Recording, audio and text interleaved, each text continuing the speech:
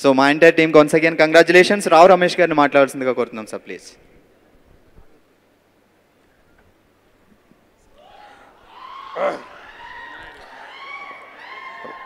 అందా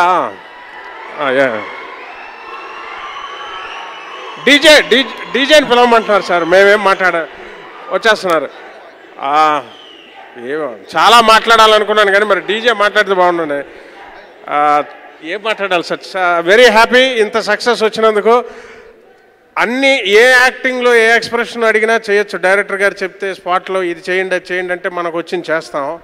కానీ సక్సెస్ మీట్లోకి వచ్చే ఎక్స్ప్రెషన్ మాత్రం జనాల ఆమోదం పొందితేనే ఎక్స్ప్రెషన్ వస్తుంది. ఇక్కడ లేకపోతే ఇక్కడ డైరెక్టర్కి ఎక్స్ప్రెషన్ రాదు, ప్రొడ్యూసర్ రాదు, యాక్టర్స్కి రాదు. సో తెలుగు ప్రేక్షకులందరికీ ఈ సినిమాని ఇంత ఘన విజయం తెచ్చిన చాలా హ్యాపీగా ఉంది. తర్వాత రావు గోపాలరావు అబ్బాయి నువ్వు ఆయన చూస్తే అలాగా నువ్వు చూస్తే ఇలాగా ఇది ఎక్కడ అన్నది అంటే ఒక కళ కని అది నిజమైనప్పుడు అది అయ్యే టైం లోపల అది నిజమయ్యేటప్పుడు మనం కలకని వచ్చిన దాని గురించి మర్చిపోయి ఆ నిజాన్ని ఎంజాయ్ చేయకుండా పోయి ఇంకో దాని మీద పడిపోతాం. కానీ ఈ డీజే సినిమాలో ఈ రొయ్యల నాయుడు పాత్ర నాకు ఇప్పుడు కలగా ఉంది. నేను ఇంత ఊహించలేదు. సో ఎవ్రీ బిట్ నేను ఎంజాయ్ చేస్తున్నాను. నా గురుగారు హరీష్ శంకర్ గారికి శిరస్సు వంచి ఆదమంచం చేస్తున్నాను సార్. ఎందుకంటే నాన్నగారు పేరు పోస్టర్ చూపించి ఆయనకి దండం పెట్టుకుంటూ స్క్రీన్ మీద చూపించిన షాట్ భరణి గారు అన్నారు, అమ్మని తీసుకెళ్ళవయ్యా సినిమాకి, ఆవిడకి ఆయుష్ పెరుగుతుంది, ఒక్కసారి ఆయన వైభవం కనబడుతుంది రావు గోపాలరావు గారు. సో ఇంకొకసారి అది బన్నీ గారికి అల్లు అర్జున్ గారికి సినిమా స్టార్టింగ్ ముందు నుంచి నాకు చెప్తే ఉన్నారు ఈ క్యారెక్టర్ ఎంత బాగుంటుందంటే రమేష్ గారు చూడండి దీని తర్వాత అంటే నాకు ఎగ్జైట్మెంట్ ఉండేది. హరీష్ గారు అనేవారు కానీ ఎగ్జైట్మెంట్.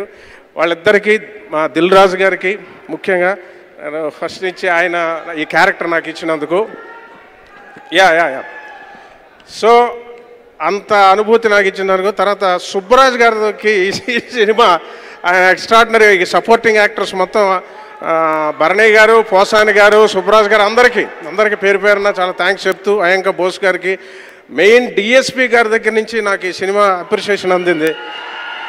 అదొక కొత్త అనుభూతి. ఇలా ఎన్నో చెప్పాలని ఉంది. ఒకటి మాత్రం లాస్ట్గా చెప్తున్నాను, బన్నీ గారు ఆయన ఫైట్స్ చేస్తారు, డ్యాన్స్ చేస్తారు, ఎవ్రీ సినిమాకి బార్డర్స్ దాటి వెళ్తున్నారు.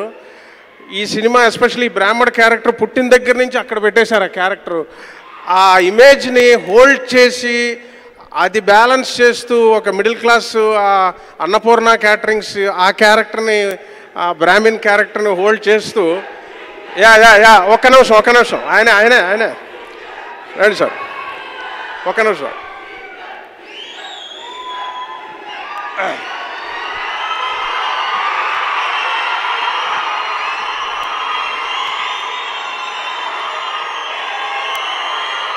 అందరికీ నమస్కారం. సక్సెస్ అనేది చాలా చాలా రేర్ విషయం. ఎప్పుడో కానీ ఈ ప్లాట్ఫామ్ దొరకదు. నా ఓన్లీ రిక్వెస్ట్ ఏంటంటే ఒక్కొక్కరు ఎప్పుడుకో కానీ ఒక 10 సినిమాలు 5 సినిమాలు చేస్తే ఒక సినిమా హిట్ అవుతుంది. ఎప్పుడో కానీ ఇలాంటి ఫంక్షన్ రాదు, ఇలాంటి ఆపర్చునిటీ రాదు. వాళ్ళని మాట్లాడించాలని నేను మనస్ఫూర్తిగా అందరినీ కోరుకుంటున్నాను. ప్లీజ్ ప్రతి ఒక్కరు మాట్లాడితే లాస్ట్ టైం వచ్చి మాట్లాడతాను, కానీ వాళ్ళు మాట్లాడాలి. వాళ్ళని మాట్లాడనివ్వండి ప్లీజ్. Thank you sir. అయితే ఆ సూపర్ స్టార్ హీరోయిజంని డైరెక్టర్ గారు తీసి మిడిల్ క్లాస్ని తీసి డాన్స్ చేసి ఫైట్స్ చూపించి చంద్రమోహన్ గారు అనే ఆ బాబాయ్ పాత్ర పోయేటప్పుడు ఆ చితి పెట్టేటప్పుడు ఒరే నాకు ఈ సెగ తగిలితే తట్టుకోలేనరా అన్నప్పుడు ఆయన చితి పెట్టేటప్పుడు మాత్రం మొత్తం స్టార్డమ్ని హీరోయిజంని వదిలేసి ఒక మనిషిలాగా ఆయన ఏడ్చిన ఆ సన్నివేశం నటుడుగా hats off sir and Harish గారికి. ఎందుకంటే హరీష్ గారిని దాటి మేము యాక్ట్ చేయలేము. ఎందుకంటే మ్యాక్సిమం ఇచ్చేస్తారు. ఇచ్చేసి ఆయన యాక్ట్ చేసి చూపిస్తారు. ప్రతి పాత్రకి మనకి రాకపోతే యాక్ట్ చేసి చూపిస్తారు. ఆయన తర్వాత ఇంకేం వెతకడానికి ఏమి ఉండదు, మనం ఇవ్వడానికి ఉండదు. అవి దాటిన సన్నివేశం నాకు ఆ చితి పెట్టే సీను అల్లు అర్జున్ గారిలో కనబడింది. Extraordinary sir.